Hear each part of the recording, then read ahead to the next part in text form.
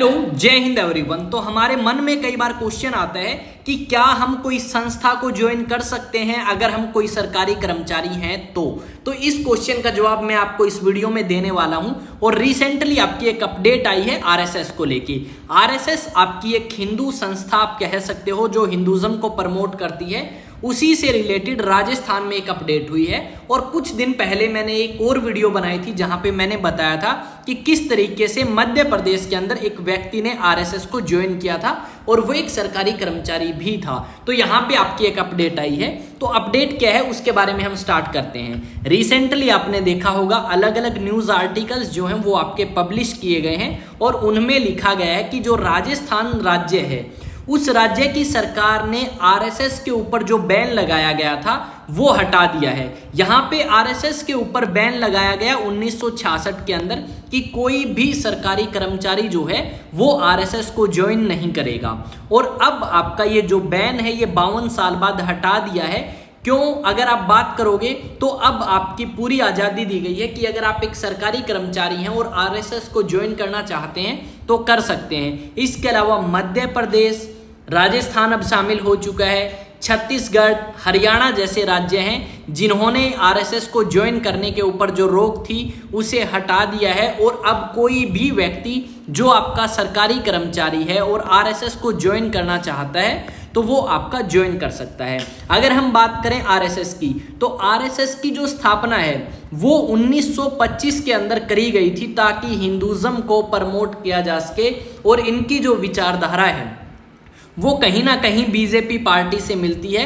और आपकी जो बीजेपी पार्टी है वो राजस्थान के अंदर फिलहाल पावर में है। और जैसे ही बीजेपी पार्टी पावर में आई उन्होंने आरएसएस के ऊपर लगे हुए इस बैन को हटा दिया है। और अब बहुत मुश्किल की बजाय आसान हो चुका है आरएसएस को ज्वाइन करना अगर आप एक सरकारी कर्मचारी हैं तो भी। और क्या आपको सही लगता है कि एक सरकारी कर्मचारी किसी आइडियोलॉजी के साथ जुड़ता है जो किसी खास धर्म को लेके प्रमोट करती है और कहीं ना कहीं सरकार भी हमारी उसी से जुड़ी हुई मानी जाती है, ऐसा आपका क्लेम करते हैं अलग अलग न्यूज़ आर्टिकल्स। यहाँ पे अगर हम बात करें तो इस संस्था की जो स्थापना है वो तो 25 में हुई और उसके बाद से लेके अब तक इनका एक ही मोटिव है कि ये अखंड भारत जो है वो बनाना चाहते हैं। और उसी के लिए आपकी इस संस्था का निर्माण जो है वो किया गया था। यहाँ पे आप देख सकते हो ये आरएसएस के जो चीफ हैं वो आपको दिखेंगे जिनका नाम मोहन भागवत है। और ये अब आपको काफ़ी एक्टिव नज़र आते हुए दिखाई देंगे हरियाणा राज्य में या फिर आपके खासकर उन राज्यों में जहां पे आपकी बीजेपी पार्टी पावर में है। ये आपकी यूनिफॉर्म है जो कि आप आरएसएस के जो स्वयं सेवक संघ के सदस्य हैं उनकी यूनिफॉर्म आप ये देख सकते हो। यहाँ पे अगर आप देखोगे तो ये आपकी एक और न्यूज़ आर्टिकल है जहाँ पे बताया है सरकारी कर्मचारी हो सकेंगे संघ की गतिविधियों में शामिल, सरकार ने हटाया प्रतिबंध।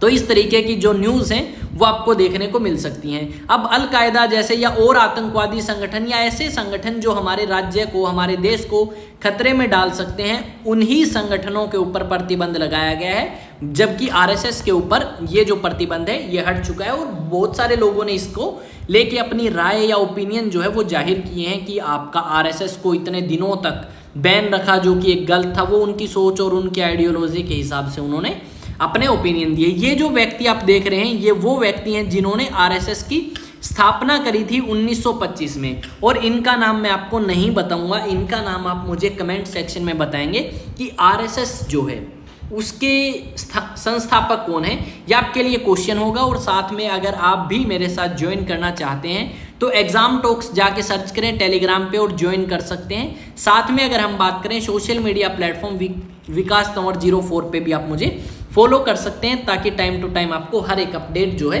वो मिल सके जो हमारे लिए ज़रूरी है। साथ में आप मुझे बताएंगे कि क्या ऐसी संस्थाओं को शामिल करना सही है या नहीं है, वो आपका ओपिनियन मैटर करता है। साथ में ये जो कोर्सेज हैं स्टेट पीसीएस के और सिविल सर्विस के ये आपके रनिंग में है। जैसे ही कोई नया बैच अनाउंस होगा आपको बता दिया जाएगा।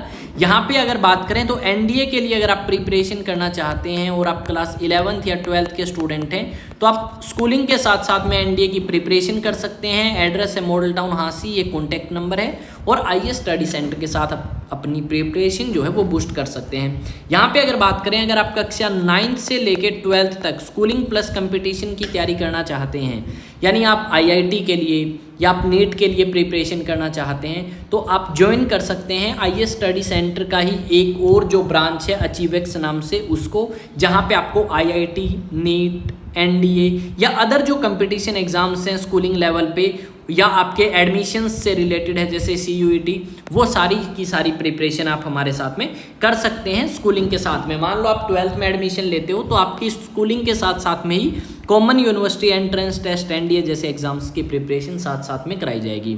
यहाँ पे जो स्ट्रेंथ है वो पर क्लास आपकी 20 स्ट्रेंथ जो है वो रखी जाएगी, और इस स्ट्रेंथ में वही बच्चे आएंगे जिन्होंने अभी एनरोल कराया है, यानी आपके सिर्फ और सिर्फ 20 स्टूडेंट्स से लिए जाएंगे, उसके बाद आपके नहीं लिए जाएंगे। तो अगर आप भी इंटरेस्टेड हैं तो आप कर सकते हैं एनरोलमेंट। तो मिलेंगे नेक्स्ट वीडियो में। चैनल आपका अपना है, सब्सक्राइब जरूर करें। जय हिंद, जय भारत।